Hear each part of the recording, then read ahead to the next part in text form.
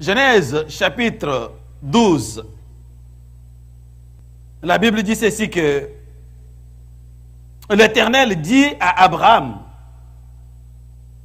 si la Bible que vous possédez, c'est votre Bible, Bible papier, soulignez dit. Ça va vous étonner de dire dit, oui. Soulignez l'Éternel dit à Abraham, dit. Qu'est-ce qu'il lui dit? Va-t'en de ton pays, de ta patrie et de la maison de ton père, dans le pays que je te montrerai. Donc, quitte ton pays, quitte ton village, quitte ta maison. Ce qui est sûr, c'est qu'Abraham avait un pays. Ce qui est aussi sûr, c'est qu'Abraham avait une patrie, qu'il avait une maison. Mais Dieu lui dit, va vers le pays que je te montrerai. Et là, c'est un pays inconnu. Verset 2. Je ferai de toi une grande nation et je te bénirai. Je rendrai ton nom grand. Et tu seras une source de bénédiction. Je bénirai ceux qui te béniront et je maudirai ceux qui te maudiront. Et toutes les familles de la terre seront bénies en toi. Verset 4. Abraham partit comme l'Éternel le lui avait dit. Souligné encore dit. Et je m'arrête là. Abraham partit comme l'Éternel le lui avait dit. Je disais tantôt que ce passage nous parle de la vocation d'Abraham, de l'appel d'Abraham. Il est donc impossible de parler de la foi biblique sans nous référer à Abraham, que la Bible appelle notre Père dans la foi. Son histoire et sa marche avec Dieu nous enseignent plusieurs leçons. Et ce matin, moi, avec l'aide de Dieu, je pourrais m'arrêter sur 3 leçons. Mais si je ne parviens pas à compléter les 3 leçons, eh bien, je me limiterai là où Dieu permettra que je me limite. Et on complétera ça la fois prochaine. La première chose que j'aimerais fixer dans votre esprit ce matin, c'est que l'histoire d'Abraham nous enseigne que la vie de la foi est une vie d'obéissance. J'ai beaucoup aimé les commentaires du pasteur Janvier ce matin et j'ai compris que le Saint-Esprit sait comment il place ses pions. Lorsqu'il parlait de l'aveugle-né, et il a insisté sur l'obéissance, et je reviendrai même sur ce passage. L'histoire d'Abraham nous enseigne, frères et sœurs bien-aimés, que la vie de la foi est une affaire d'obéissance à Dieu.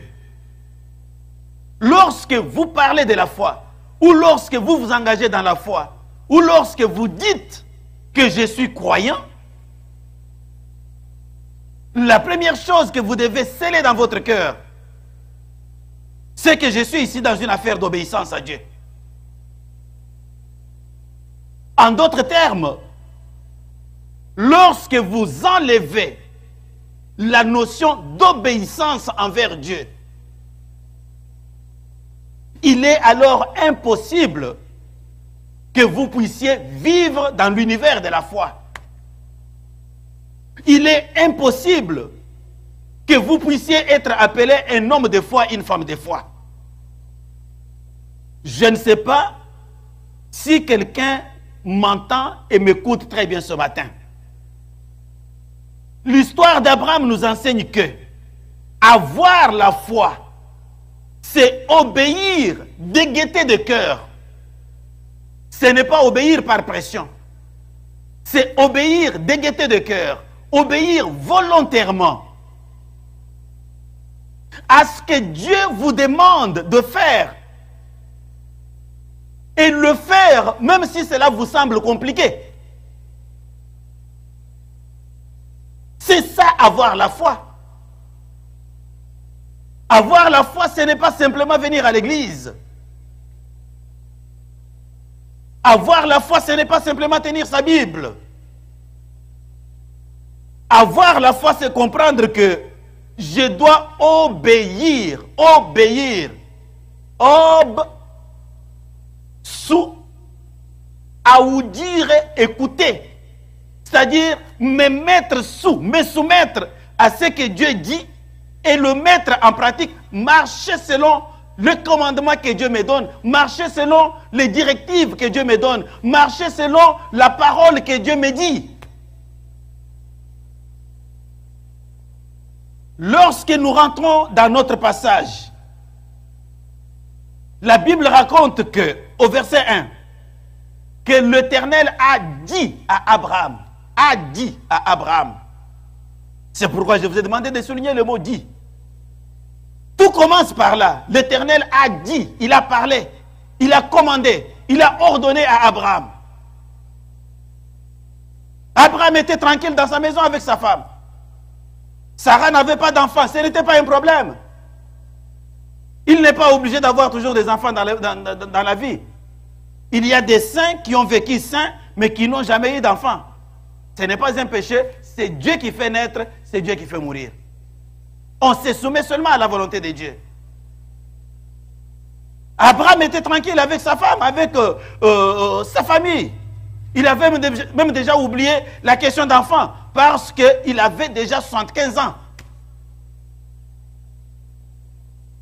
Et si vous réalisez qu'à leur époque, il s'est marié jeune, il a attendu, ça ne venait pas, il a oublié, il a dit que ce n'est pas la fin du monde, j'ai fait ma vie.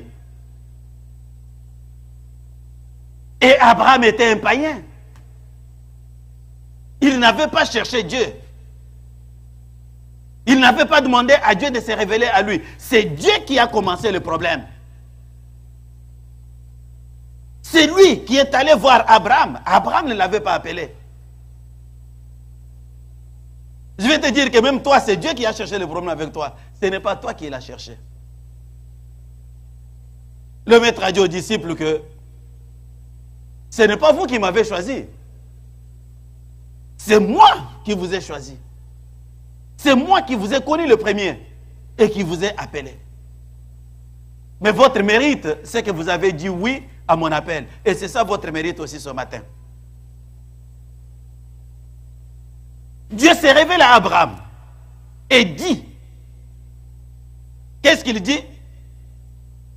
Va-t'en de ton pays, quitte ta patrie, abandonne la maison de ton père et va dans le pays que je te montrerai. Verset 4.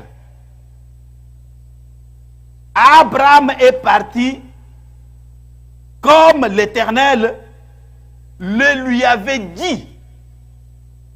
Connectez le dit du verset 1er au dit du verset 4 et vous allez trouver qu'il y a une parfaite harmonie. Et c'est ça ce que Dieu attend de nous. Quand il dit, il faut que nous puissions obéir comme il l'a dit. L'obéissance dont je parle ici, ce n'est pas l'obéissance en rapport avec le péché. C'est l'obéissance aussi. Ce n'est pas l'obéissance au commandement, ne volez pas. C'est l'obéissance aussi, c'est important. Mais je place l'accent ici sur l'obéissance en tant que direction que Dieu donne. Dieu te demande de faire quelque chose de positif. Il te demande de partir. Et Abraham décide de partir. Et c'est cela la foi. Et il a obéi sur le coup, même s'il ne savait pas là où il allait. Et plus tard dans la vie d'Abraham, c'est ça ce qui est merveilleux lorsque nous étudions Abraham. Plus tard dans la vie d'Abraham, lorsque Dieu va le bénir avec son fils Isaac, Dieu va encore lui demander quelque chose plus compliqué que la première chose qu'il lui a demandé. Il a attendu pendant longtemps pour avoir un fils, il a eu un fils. Et maintenant qu'il est content que Dieu m'a béni avec le fils, Dieu revient encore dans sa vie. Abraham, Abraham, nous sommes ici dans Genèse chapitre 22. Abraham, Abraham, va vers une montagne que je vais te montrer. Offre-moi ton fils, ton unique fils, Isaac.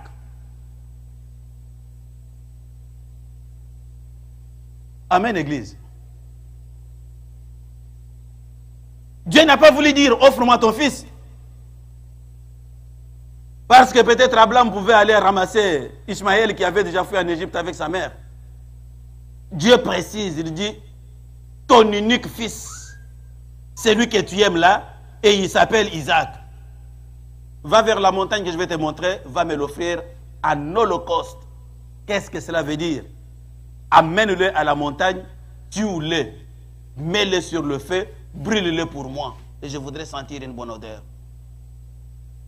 Encore là, Abraham a obéi spontanément et de gaieté de cœur, sans même dire quelque chose à sa femme.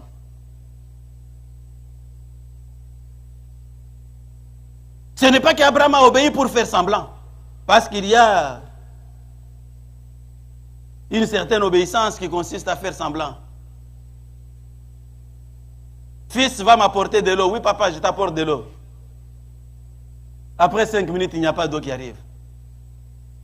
Après 10 minutes, il n'y a pas d'eau. Hé, fils, de l'eau. Papa, je viens. Et il n'arrive pas. Il a fait semblant d'obéir, mais il n'a pas du tout obéi. Dieu a laissé à Abraham un temps. Abraham a marché avec Isaac, peut-être dans l'espoir qu'il puisse changer d'idée. Il n'a pas changé d'idée. Jusqu'à la montagne, et il était prêt à couper la gorge de son fils Isaac lorsque l'ange de l'Éternel est intervenu. Frères et sœurs bien-aimés, ce que je m'aimerais fixer dans votre esprit ce matin, c'est que la vie de la foi est une affaire d'obéissance. Si Abraham n'avait pas obéi à Dieu, aujourd'hui on ne parlerait pas de lui. Tu n'allais même pas le connaître.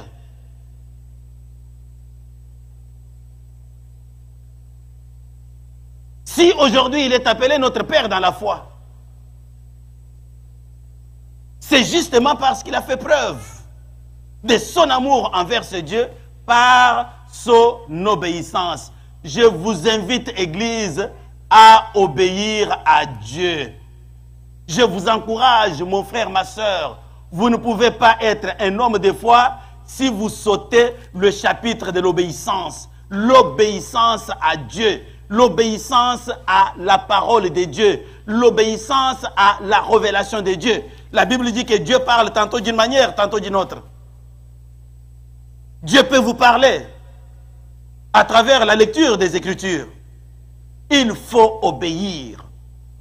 Dieu peut vous parler à travers une vision, une révélation, une prophétie. Ce qu'il attend de vous, c'est que vous puissiez obéir. Quand il vous parle, il peut vous demander de faire quelque chose. Il peut vous demander de le servir. Il peut vous demander de donner à quelqu'un. Il peut vous demander de faire quelque chose de particulier. Mon frère, ma soeur, tout ce que Dieu attend de vous, c'est que vous puissiez obéir. Et n'oubliez pas que c'est l'obéissance à Dieu qui est la clé de tous les miracles que nous pouvons attendre de lui.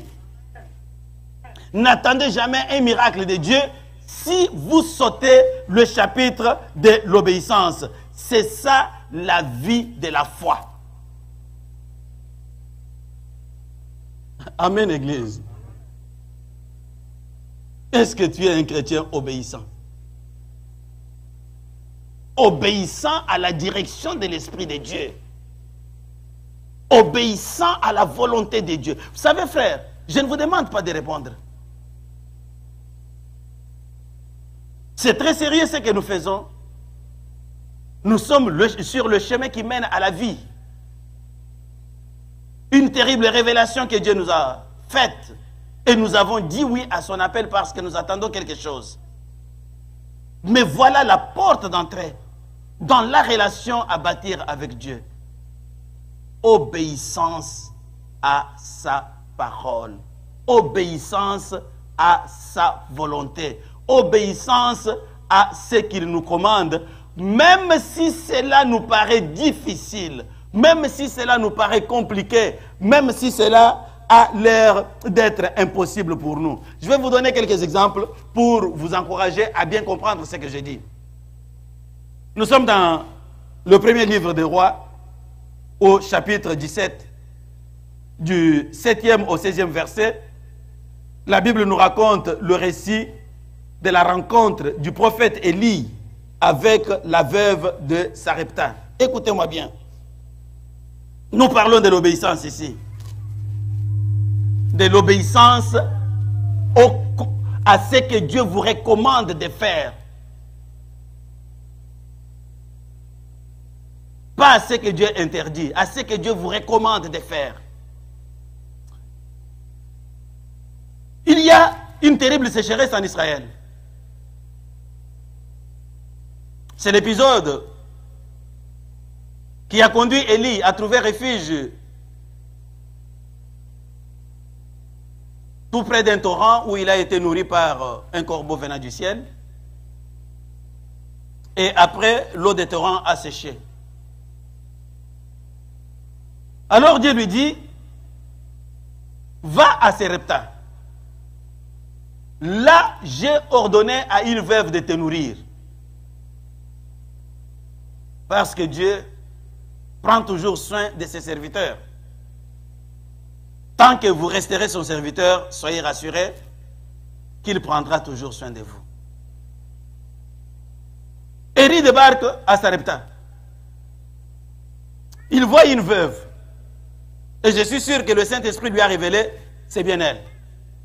Et il appelle la veuve, femme, donne-moi un peu d'eau à boire. La veuve est allée lui prendre de l'eau et Élie habille. Il dit que femme, prépare-moi un gâteau. La femme lui dit que Dieu m'est témoin. Amen. Dieu m'est témoin. Je n'ai rien à te donner. À la maison, j'ai une poignée de farine. Une poignée, c'est quoi? C'est-à-dire la quantité de farine qu'on peut porter dans la paume de la main. Comme ça. Et j'ai seulement un peu d'huile dans la cruche. Un peu. Là, je viens ramasser 2 morceaux de bois. Ça me fait rire quand j'ai lu ce passage. La pauvreté était telle que même le bois lui était hostile. Donc, il va ramasser 2 morceaux de bois. C'est que même le feu était pauvre. Et je vais préparer mon petit gâteau. Mon fils et moi, nous mangeons. Et puis, nous attendons la mort. C'est-à-dire, nous mourrons. Parce que la famine est telle que les têtes vont tomber. Élie lui dit, oui, madame. J'ai bien compris ce que tu as dit. Va avec tes 2 morceaux de bois, avec la petite quantité de farine, prépare le gâteau, mais viens d'abord me donner à moi, je vais manger. Et après, on verra la suite. La femme dit, non, ce n'est pas vrai.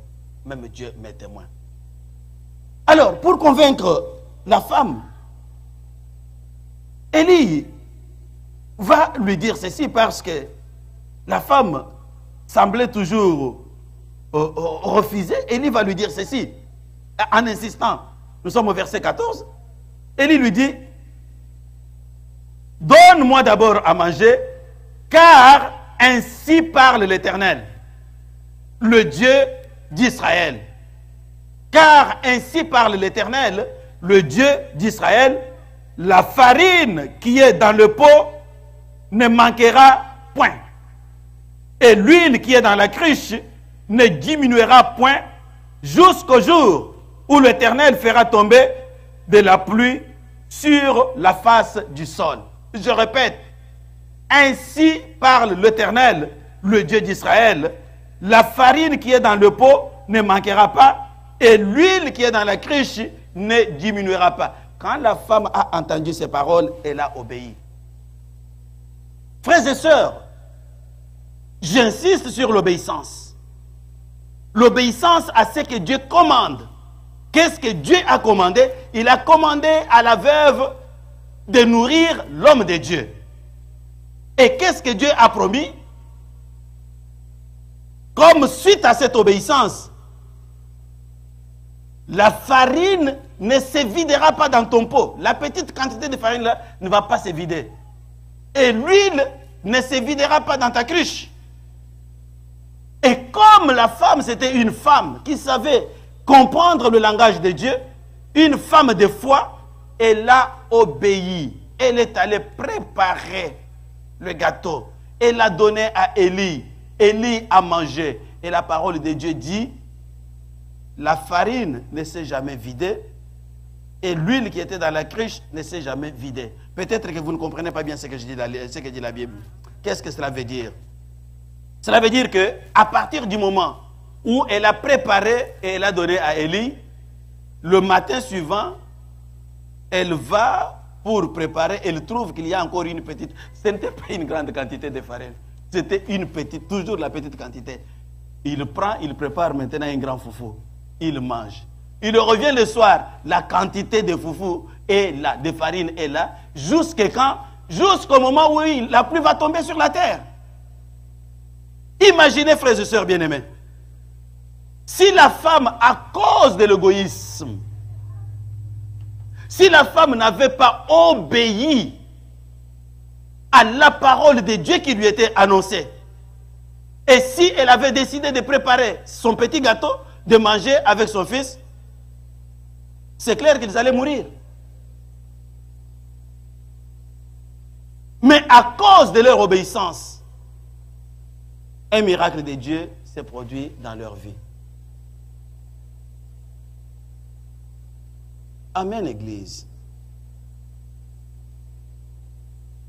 La vie de la foi, c'est une vie d'obéissance.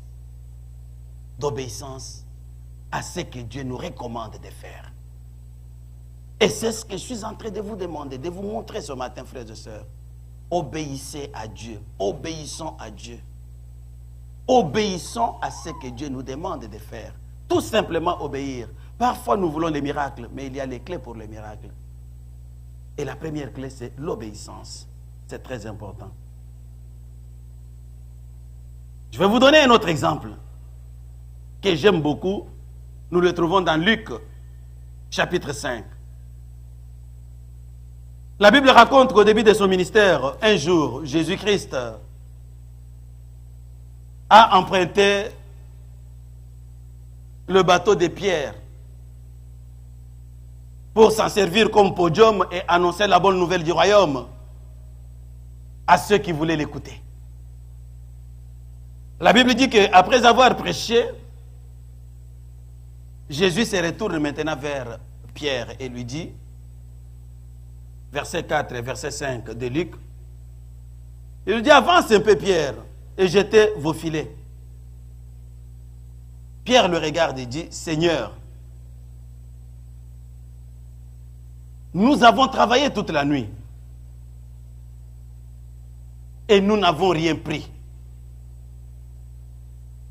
Si Pierre s'est limité là, l'histoire serait tout autre. Mais sur ta parole, je jetterai le filet. Entendons-nous une minute. Qu'est-ce que Pierre dit? Il dit que c'est vrai. Nous ne sommes pas venus ici nous amuser. Nous avons travaillé toute la nuit. Mais nous n'avons rien pris, pas même un petit fretin. Voilà pourquoi nous sommes en train de préparer nos filets pour retourner à la maison. Mais parce que tu as parlé, parce que tu as ordonné, parce que tu as commandé, je vais encore tenter ma chance. Mais si ça ne dépendait que de moi, je ne le ferais pas. Pierre a fait preuve d'obéissance. Et l'obéissance de Pierre a été payante. La Bible dit que quand il a jeté le filet, il n'a pas été capable, lui et ses amis n'ont pas été capables de le retirer une quantité phénoménale de poissons. Imaginez une fois, si Pierre avait dit à Jésus, non Seigneur, non, laissez faire. J'ai travaillé toute la nuit, je n'ai rien pris. ce n'est pas ce matin que les choses vont changer. Non, de toutes les façons, nous avons déjà lavé les filets, nous rentrons à la maison. C'est bien clair que Pierre retournerait à la maison main vide. Mais grâce à son obéissance, il a été le témoin du miracle de Dieu. Je peux vous donner un autre exemple. C'est l'exemple dont le pasteur Janvier a parlé tout à l'heure. L'exemple de notre camarade de Jean 9. Ce camarade était né aveugle. Mais voilà ce que Jésus fait. Quand il le voit, il fait une petite boue avec sa salive, il applique sur ses yeux et il lui dit, va te laver à la piscine de Siloé. Et Jésus s'en va avec ses disciples. Mais ce gars avait deux choix. Soit partir, soit bouder ce que Jésus a dit, bouder l'ordre du Seigneur. Il dit, mais écoute, j'ai appris qu'il a guéri les gens, mais pourquoi il va me frotter la boue et me dire d'aller me laver? D'ailleurs, comment est-ce... Écoutez frère, écoutez. Ce que je voudrais vous dire, c'est quoi? Ce que je voudrais vous dire, c'est que arrêtez de polémiquer avec Dieu. Arrêtez de vous justifier, arrêtez de multiplier des raisons. Vous savez, nos raisons peuvent être bonnes, hein? Mais ce qui est important, c'est de savoir si ces raisons sont agréables à Dieu. Et Dieu n'est pas fou. Dieu n'est pas fou. Quand il parle, il sait pourquoi il parle. Aujourd'hui, nous sommes une génération qui aime multiplier des raisons. Nous sommes très intelligents. Viens à l'église, oh non, je vais travailler, j'ai eu de overtime. C'est bien, overtime chaque semaine. Mais overtime, si tu mets overtime chaque jour, mais chaque jour tu seras absent de l'église. Mais pendant ce temps, tu dis que tu aimes Dieu. Et ce Dieu-là veut que tu puisses le prier. Il veut que tu sois en communion avec tes frères et tes sœurs. Mais la raison que tu avances peut être fondée, mais elle est fondée à tes yeux. Réveillons-nous, Église. Balançons les choses entre la volonté de Dieu et notre propre volonté. Si Dieu nous demande quelque chose, c'est que cette chose-là est à la portée de nos forces, de nos capacités. Revenons à ce jeune homme. Le Seigneur lui dit, va te laver à la piscine de Siloé. Et le jeune homme a obéi. Il est allé en tâtonnant en tant qu'aveugle jusqu'à la piscine. Il a lavé les yeux et immédiatement il a vu. Imaginez une fois le scénario tel que ce jeune homme a refusé d'aller se laver. Est-ce qu'il aurait vu le soleil dans sa vie? Non. Il allait mourir aveugle. Mon frère, ma soeur, peut-être que tu as un besoin, peut-être que tu as un problème, peut-être que tu as une préoccupation, une demande. Ne te dis pas que Dieu a fermé le ciel. Non, Dieu n'a pas fermé le ciel. Dieu a besoin de te voir obéir. Obéir tout simplement. Obéir tout simplement. Je vous ramène à l'histoire de notre ami Naaman le lépreux. Ça, c'est l'exemple des gens qui aiment polémiquer. Vous connaissez bien le récit. La Bible nous dit que cet homme était lépreux. Mais il a été informé par une petite fille qu'il y a à Samarie, en Israël, qu'il y a un homme de Dieu qui est capable de te guérir de ta lèpre. Naaman va commettre une première erreur. C'est de demander des lettres de recommandation de la part de son roi pour aller se présenter au roi d'Israël. Mais la parole ne lui a pas dit, va te présenter au roi d'Israël. La parole lui a dit qu'il y a en Israël un homme de Dieu qui est capable de faire quelque chose pour ta vie. Frères et sœurs bien-aimés, évitons les confusions. Les choses de Dieu sont claires, tellement claires qu'il n'y a que Dieu ou ses envoyés qui ont la capacité d'opérer un miracle en son nom et non pas un officiel administratif et non pas non plus sur la recommandation d'un autre officiel. Recommandation des hommes. Recommandation des hommes. Recommandation des hommes, frères et sœurs bien-aimés. Suivez plutôt la recommandation de Dieu. C'est Dieu qui va vous faire du bien. Eh bien, lorsque Naaman arrive à Samarie, il va se présenter chez le roi. Il dit, roi, voilà les lettres de recommandation. que mon roi t'a envoyé, tu dois me guérir. Le roi a déchiré ses vêtements.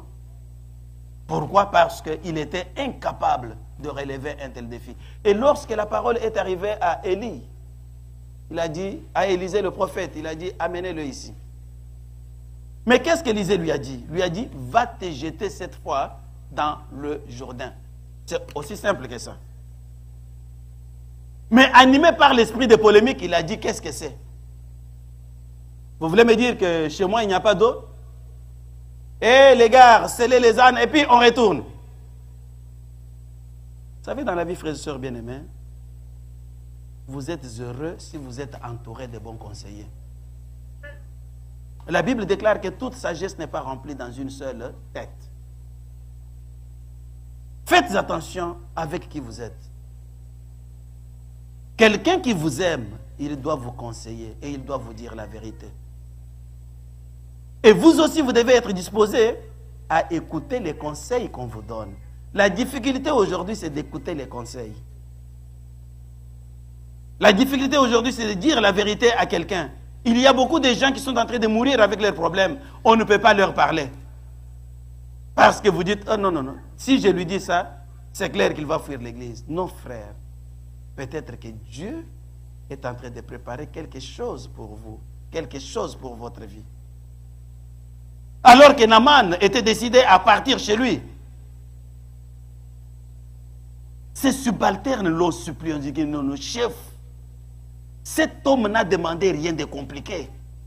Il demande tout simplement de plonger dans l'eau cette fois. Fais-le et nous partons. Fais-le et nous allons voir ce qui va arriver. Naaman a refusé. Ils ont supplié. Fais-le et nous allons voir. Ça, c'est le modèle des gens qui polémiquent. Mon frère, ma soeur, est-ce que toi aussi tu polémiques vis-à-vis de la parole de Dieu? La parole est simple. Dieu te demande de te soumettre à sa volonté. Il peut te demander de donner à quelqu'un, te le révéler, te mettre à cœur. Soutiens ce pauvre. Il peut te demander, va visiter ce malade et prie avec lui. Il peut te demander, va consoler ce frère qui est éprouvé. Il peut te demander, va me servir dans tel ministère, va me servir dans tel service. Il peut te demander, c'est sur toi que je compte pour relever le défi d'évangéliser ici à Montréal. Ne regarde pas les difficultés, regarde plutôt la capacité de Dieu qui te donne cet ordre. Je vais donner encore un autre exemple. Il dit à ses disciples qui avaient pris place dans la barque, passez de l'autre bord, c'est-à-dire traversez, allez de l'autre côté et je vais vous rejoindre. Lorsque les disciples s'embarquent, ils font face à une terrible tempête sur la mer. Mais voilà, ils avaient le choix de dire, non, le chemin est dangereux. Reculons, rentrons, retournons, attendre quand les eaux seront calmes et nous allons traverser. Mais parce que l'ordre était donné, allez de l'autre bord, passons de l'autre côté de la mer. Malgré la tempête, observez bien le texte, ils ont continué à ramer parce qu'ils obéissaient à celui qui avait donné l'ordre. S'il a donné l'ordre, c'est qu'il va nous soutenir pour que nous puissions réellement traverser. C'est ça, c'est que j'aimerais vous faire comprendre, frères et sœurs bien-aimés. Obéissance à ce que Dieu nous recommande. C'est ça la clé de la foi. C'est ça la clé des miracles de Dieu dans votre vie. C'est même ça la clé de l'exercice d'un ministère puissant, d'un ministère agréable à Dieu. Obéissance. Et j'aimerais parler même aux jeunes. Il y a beaucoup de jeunes que Dieu a appelés, que Dieu pourra élever.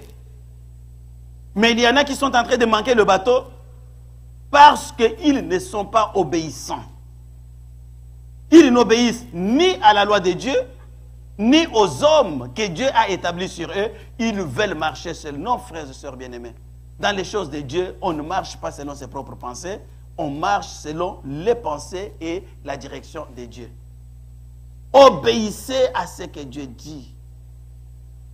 Il a dit, honore ton père et ta mère. C'est tout ce qu'il a dit. Honore ton père et ta mère. Tu es un homme de foi, une femme de foi. Qu'est-ce que tu dois faire? Tu vas honorer ton père et ta mère. Et grâce à ton obéissance, Dieu va répandre sa bénédiction dans ta vie. Mais je ne sais même pas comment il faut dire cela, frères et sœurs. La Bible elle-même est claire. La Bible elle-même est claire. Honore ton père et ta mère afin que,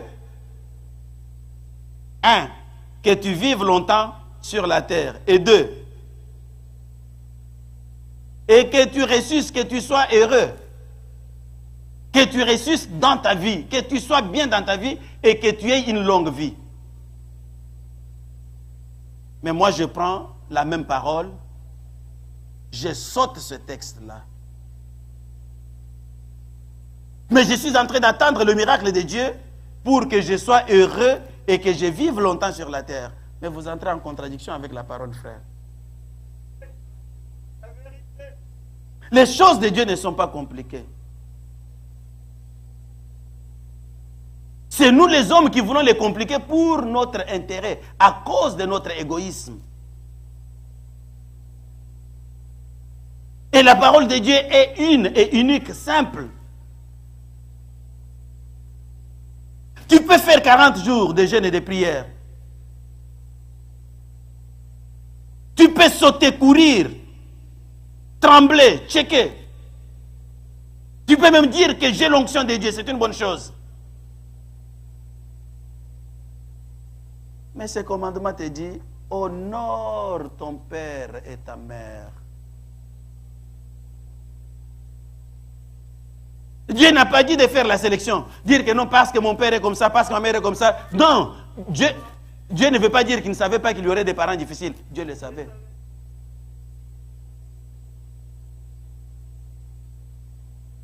J'aime bien un rabbin juif. J'aime bien cet homme-là, il est mort. Il parlait un jour sur les relations des familles. Je suis en train de vous parler de l'obéissance. Je suis en train de vous dire que la vie de la foi est une affaire d'obéissance à Dieu. Point intérêt. Il dit qu'un rabbin a reçu sa mère qui était atteinte de la démence. C'est-à-dire la tête ne tournait plus bien. Il donnait la conférence. Et la maman est venue, elle est entrée juste dans la salle. Elle a commencé à crier sur son garçon. Mais ce n'est pas son garçon, mais c'est un conférencier devant une grande salle.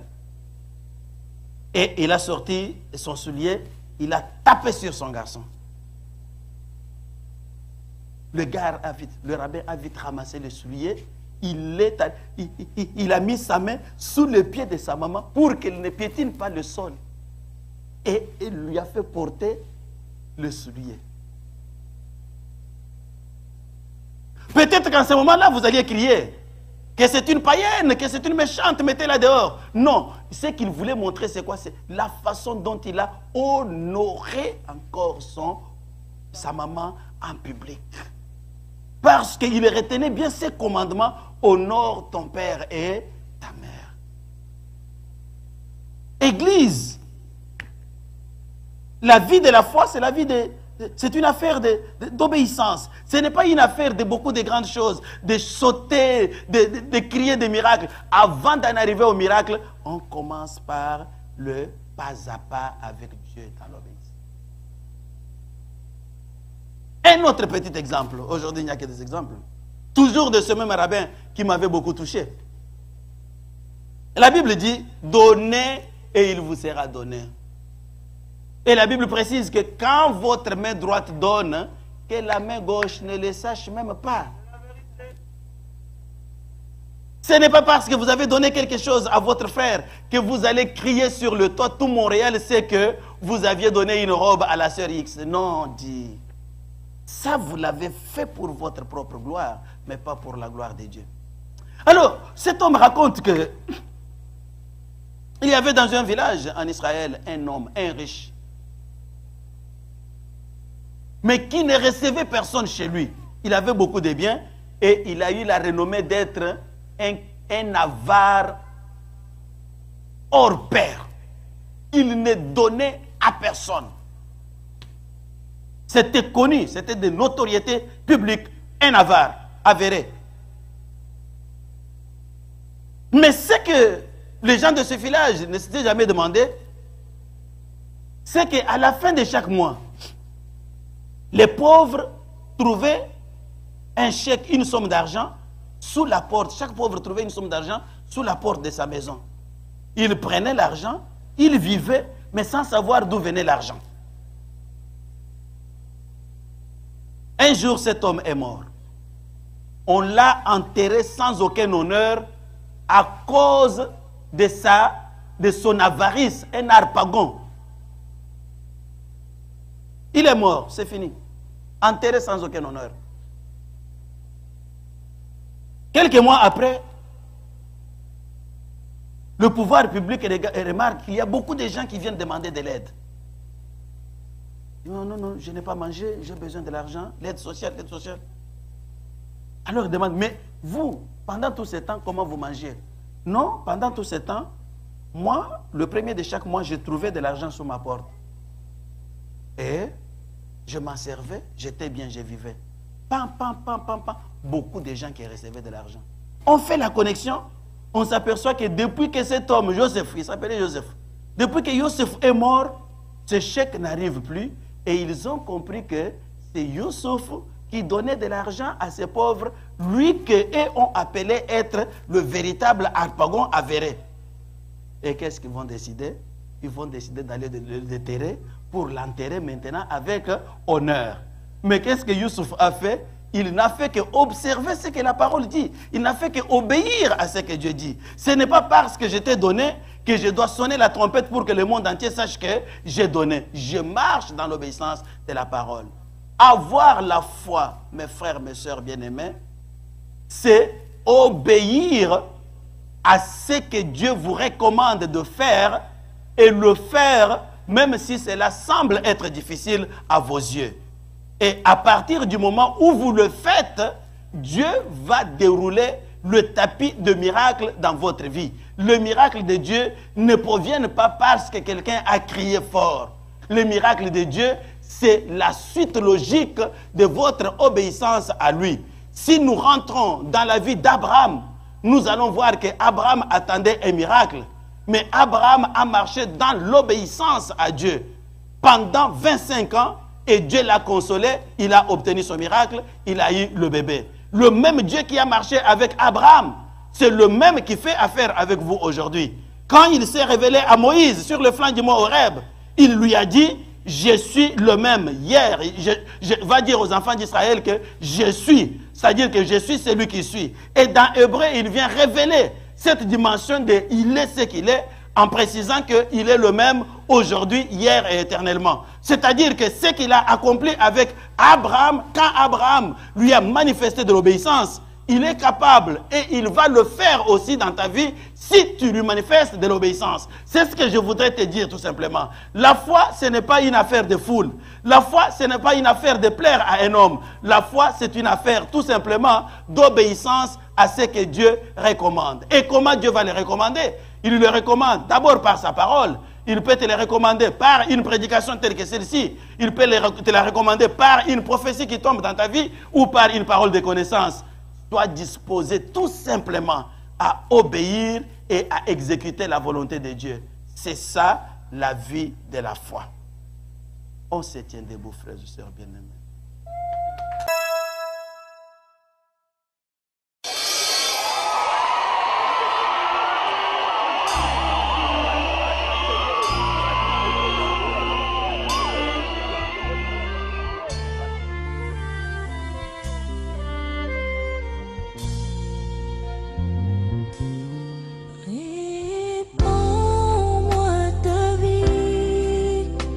Les eaux de ton esprit.